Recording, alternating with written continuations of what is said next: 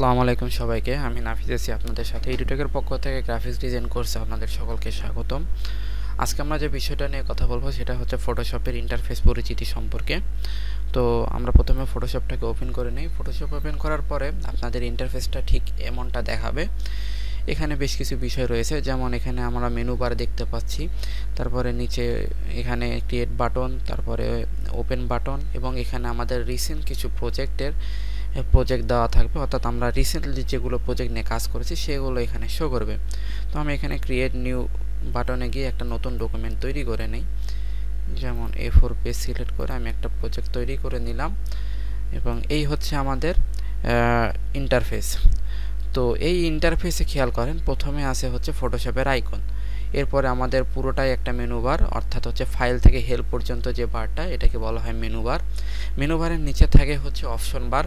এখানে এই অপশন বার টুলসের সাথে সম্পর্কিত। এই অপশন বারের নিচে আবার রয়েছে টুল বার। এই টুলসের সাথে এ কারণে এটা সম্পর্কিত, যখন আমি মুভ টুলে ক্লিক করব দেখুন এখানে ওই রিলেটেড অপশনগুলো এখানে শো হবে। আবার যখন আমি আদার্স কোনো টুলসে ক্লিক করব তখন সেই টুলসের আন্ডারে এখানে আপনার সেই অপশনগুলো এখানে শো করবে। এইভাবে যেই টুলসে যাই না কেন সেই টুলসের আন্ডারে যে অপশনগুলো থাকে সেই অপশনগুলো কিন্তু এখানে শো করবে, এই জন্য এটাকে অপশন বার বলা হয়। এই অপশন বার এবং টুল বার এইগুলো আবার হচ্ছে উইন্ডো মেনুর সাথে সম্পর্কিত। সেটা কিভাবে?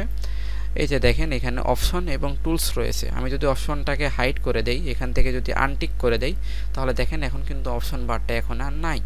আবার যদি উইন্ডো থেকে আমি টুলসটাকেও আনটিক করে দেই, তাহলে কিন্তু টুলসটাও কিন্তু হাইড হয়ে গেল।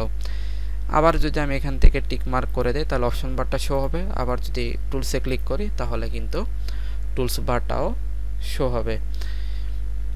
এরপরে ডান দিকে হচ্ছে আমাদের প্যালেট বার সেকশন রয়েছে। এই যে কালার, সোয়াচেস, লার্ন, লেয়ার্স, এগুলো হচ্ছে প্যালেট, আর এই সবগুলোকে মিলে বলা হয় প্যালেট বার। এগুলো উইন্ডো মেনুর অংশ। যেমন এখানে কালার আছে, আপনি যদি উইন্ডো মেনুতে যান এখানে হচ্ছে কালার পাবেন। এই কালারে টিক মার্ক দেওয়া আছে, এখানে যদি আমি আনটিক করে দেই এখন কিন্তু আর কালার নেই।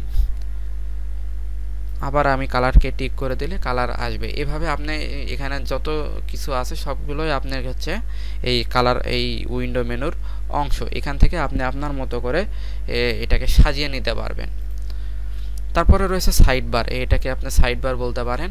তো এই সাইড বারে হচ্ছে এই যে প্যালেটগুলোকে শর্ট করে রাখা যায়।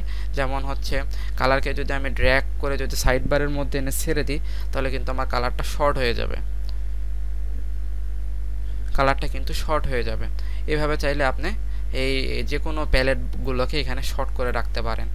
আবার এগুলোকে ডিলিটও করে দিতে পারেন। রাইট বাটন ক্লিক করে যদি আমি ক্লোজ বাটনে ক্লিক করি তাহলে কিন্তু এটা ক্লোজ হয়ে যাবে। এখন ধরুন এই কাজ করতে যেয়ে বিভিন্নভাবে এইরকম এলোমেলো হয়ে গেছে, অর্থাৎ কোনো প্যালেট বার ঠিক নাই, বিভিন্নভাবে প্যালেট বারগুলো এলোমেলো হয়ে গেছে। তো এই অবস্থায় সিচুয়েশনে আপনি চাচ্ছেন যে এই সবগুলো বিষয়গুলোকে একবারে আমি ঠিক করতে চাচ্ছি, মানে আমি পূর্বের অবস্থানে ফিরে যেতে চাচ্ছি। এই অবস্থায় যদি যেতে চাই তাহলে এখান থেকে এসেনশিয়াল মোড, অর্থাৎ এখান থেকে যে ওয়ার্কপিস মোড কিংবা উইন্ডো মেনু থেকে এখান থেকে ওয়ার্কপিস মোডে গিয়ে আপনি আপনার যে রিসেট এসেনশিয়াল আছে এই রিসেট এসেনশিয়ালে যদি আমি ক্লিক করি তাহলে সাথে সাথে আমার আগে ফটোশপটা ঠিক পূর্বের অবস্থানে চলে যাবে। আপনি চাইলে এইভাবে কিন্তু ফটোশপটাকে রিসেট করে নিতে পারবেন যদি কাজের ক্ষেত্রে কোনো কিছু আপনার এলোমেলো হয়ে যায়। আর এগুলোকে চাইলে আপনি নাও রাখতে পারেন। যেমন লার্নে যদি রাইট বাটন ক্লিক করে আমি ক্লোজ করে দিই তাহলে কিন্তু ওটা আর থাকবে না। এগুলো আপনার মতো করে আপনি কাস্টমাইজ করে নিতে পারবেন। এরপরে নিচে হচ্ছে স্ট্যাটাস বার। এখানে হচ্ছে আমরা জুম দেখতে পাচ্ছি যে আমাদের এটা কত % জুম হয়ে আছে এবং সেটা দেখতে পাচ্ছি, এবং ডকুমেন্টের যে সাইজটা সেটা এখানে দেখাবে। তো এই হচ্ছে মোটামুটি ফটোশপের ইন্টারফেস পরিচিতি। আপনারা সবাই বুঝতে পেরেছেন। যদি কোনো বিষয় বুঝতে না পারেন কমেন্ট করতে পারেন এবং আমাদের কমিউনিটিতে পোস্ট করতে পারেন। ধন্যবাদ সকলকে ভিডিওটি দেখার জন্য। পরবর্তী ভিডিও দেখার আমন্ত্রণ জানিয়ে শেষ করছি। ভালো থাকবেন, সুস্থ থাকবেন, খোদা হাফেজ।